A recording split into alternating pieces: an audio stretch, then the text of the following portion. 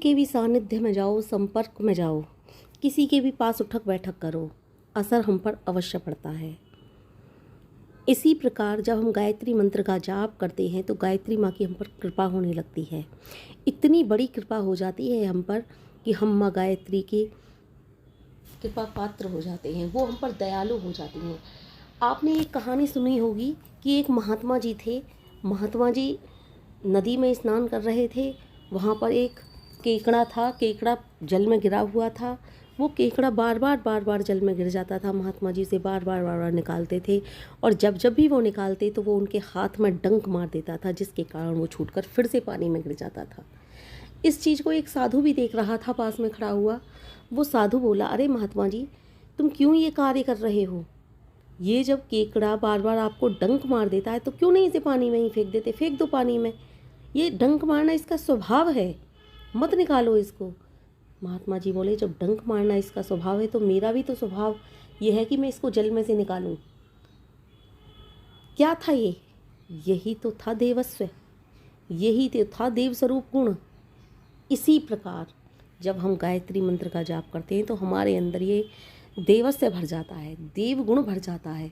क्योंकि गायत्री मंत्र में जो हम देवस्य शब्द का प्रयोग करते हैं तो हम देव स्वरूप बन जाते हैं, क्योंकि हम उस परमपिता परमात्मा को देव स्वरूप कहते हैं। हम जब उस परमपिता परमात्मा को देव स्वरूप देव स्वरूप देव स्वरूप देवस्य देवस्य देवस्य कह करके पुकारते हैं तो हमारे अंदर भी कहीं ना कहीं देव तुल्य गुण भर जाते हैं।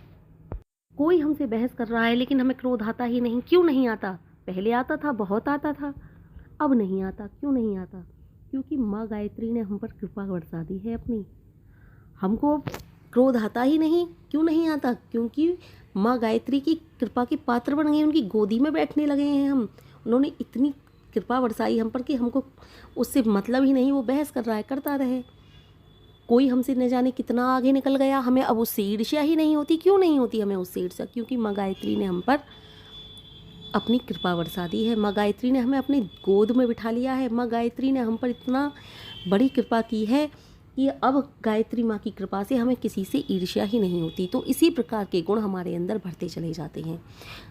द्वेष, छल, दंभ, कपट, ये सब गुण न जाने कहाँ और कि पीछे कब रह जाते हैं, हमें पता भी नहीं चलता। इसी प्रकार गायत्री मंत्र का जाप करते हैं तो न जाने कितने देवतुल्य गुण होते हैं जो हमारे अंदर भर जाते हैं। जब हम किसी के संपर्क में बैठते हैं तो उसके गुण हमें अवश्य आते हैं।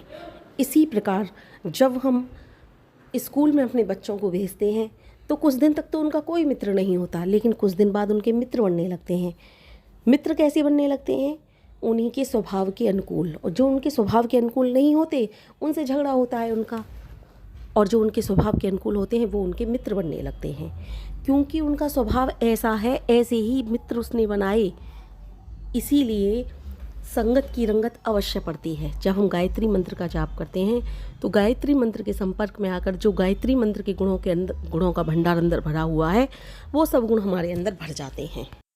गायत्री मंत्र के छोटे से मंत्र में इतना सब कुछ डाल दिया है, इतना सब कुछ डाला हुआ है। इस तरह से गायत्री मंत्र की रचना हुई है कि मैं जब इनके शब्दों के अर्थों की जब सोचती हूँ, इनके अर्थ के विषय में, तो समझ नहीं आता कि ऐसा मैंने किसी भी मंत्र में नहीं देखा।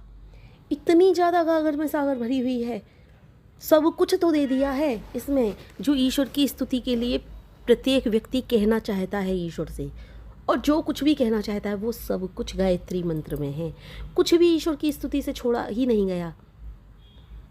इसलिए गायत्री मंत्र के संपर्क में जाकर अच्छे अच्छे गुण हमें बढ़ जाते हैं, क्योंकि ईश्वर की स्तुति ही इस प्रकार से की गई है कि ईश्वर को प्रसन्न होना ही पड़ता है।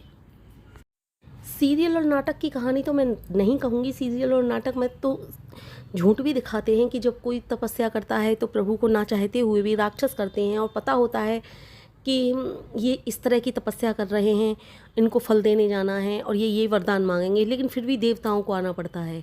ये तो एक नाटक है, उसमें झूठ होता है, सच होता है। क्या वास्तविकता में ही सत्य होता है या मुझे नहीं पता, लेकिन गायत्री मंत्र में वास्तव में सत्य है। आपकी भावनाएं शुद्ध हैं, निर्मल हैं, आप गायत्री मंत्र के जाप तभी करना शुरू करेंगे, ये बात सत्य है। और जब आप गायत्री मंत्र का जाप करना शुरू करेंगे ना, तो रही सही जो भावनाएं होती हैं ना गलत आपकी, वो सब खत्म होने लगती हैं। आपको किसी से ईर्ष्या नहीं होती। ईर्ष्या यानी कि आपसे कोई कितना आगे निकला हुआ है, कितनी ज़्यादा धन दौलत कमा रहा है, फिर भी ईर्ष्या नहीं होती। और क्यों होगी, जब माँ गायत्री ने ही आप पर कृपा बरसा दी है। आप तो माँ गायत्री की कृपा पात्र बन गए हो, तो फिर आपको ईर्ष्या क्यों होगी। आप तो माँ गायत्री की गोद में बैठने लगे हो, माँ गायत्री का गुणगान करने लगे हो, और माँ गायत्री ने अपने जितने भी गुण हैं उन गुणों से तुमको संवारना शुरू कर दिया, तो फिर आपको ईर्ष्या क्यों होगी। और जब ईर्ष्या ही चली जाती है तो देवत्व हमारे अंदर भर जाता है, देव स्वरूप हमारे अंदर भर जाता है। देवस्य का यही सही मायने में अर्थ है कि हम देवस्य का, जब ईश्वर का नाम देवस्य कहकर पुकारते हैं तो हमारे अंदर भी देवस्य जाग जाता है, हमारे अंदर भी देव स्वरूप जाग जाता है। हमारे अंदर श्रेष्ठ वाले जो गुण हैं ना वो भरने लगते हैं, श्रेष्ठ गुण भरने लगते हैं, जो श्रेष्ठ होते हैं गुण। यदि हमारे लिए ईश्वर ने धन दौलत से संवारा है तो हम धन दौलत द्वारा दूसरों की मदद करने लगते हैं। यदि हमारे अंदर ईश्वर ने ऐसे गुण भरे हैं कि हम किसी की मदद करने के लायक हैं तो हम दूसरों की मदद करने लगते हैं। यही तो श्रेष्ठता के गुण हैं, यही तो श्रेष्ठता की सबसे बड़ी पहचान होती है कि जो हमारे पास है वो हम दूसरों को देने लगते हैं। हम सत्संग में प्रवचन में जाते हैं, सत्संग और प्रवचन में जाकर अच्छी अच्छी बातें जो सुन करके आते हैं वो दूसरों को सुनाते हैं। इसीलिए तो सुनाते हैं क्योंकि ये सत्संग का असर पड़ा। इसी तरह से गायत्री मंत्र का भी यही असर होता है कि जो हमारे पास होता है वो हम दूसरों को देने लगते हैं। हम दुख नाशक बन जाते हैं, अपने माता पिता की सेवा करने लगते हैं, अपने माता पिता से हमें प्यार हो जाता है, और अपने माता पिता की ही नहीं, जितने भी दीन दुखी होते हैं ना सबकी सेवा करने लगते हैं। जिसको जिस चीज़ की जैसी आवश्यकता होती है वैसा ही उसका हम साथ देने लगते हैं।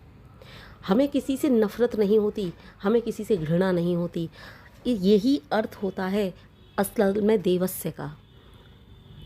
और जब इस प्रकार के गुण हमारे अंदर भरने लगते हैं, छल द्वेष कपट छल दंभ ये सब कुछ पीछे छूटने लगता है, तो कहीं ना कहीं हम पाप नासी बन जाते हैं। हमारे अंदर कोई पाप नहीं रहता, पाप हमको छू भी नहीं पाता और हम देव स्वरूप बनने लगते हैं। इसी तरह से हम तेजस्वी बनने लगते हैं, हमारे अंदर सब कुछ सहने की शक्ति आ जाती है, सब कुछ सहन शक्ति बढ़ जाती है हमारी। क्योंकि कोई हमसे बहस करता है हमें उस पर क्रोध ही नहीं आ रहा। ये क्या है, ये सहन शक्ति ही तो है। कोई हमसे कितना आगे निकल गया पैसे को लेकर या फिर किसी भी बात को लेकर, हमें कुछ महसूस ही नहीं हो रहा, हमें उससे कुछ भी ईर्ष्या ही नहीं। क्यों नहीं, क्योंकि हमारे अंदर ऊर्जा इतनी ज़्यादा भर चुकी है कि हमें किसी से कोई बैर ही नहीं रहता।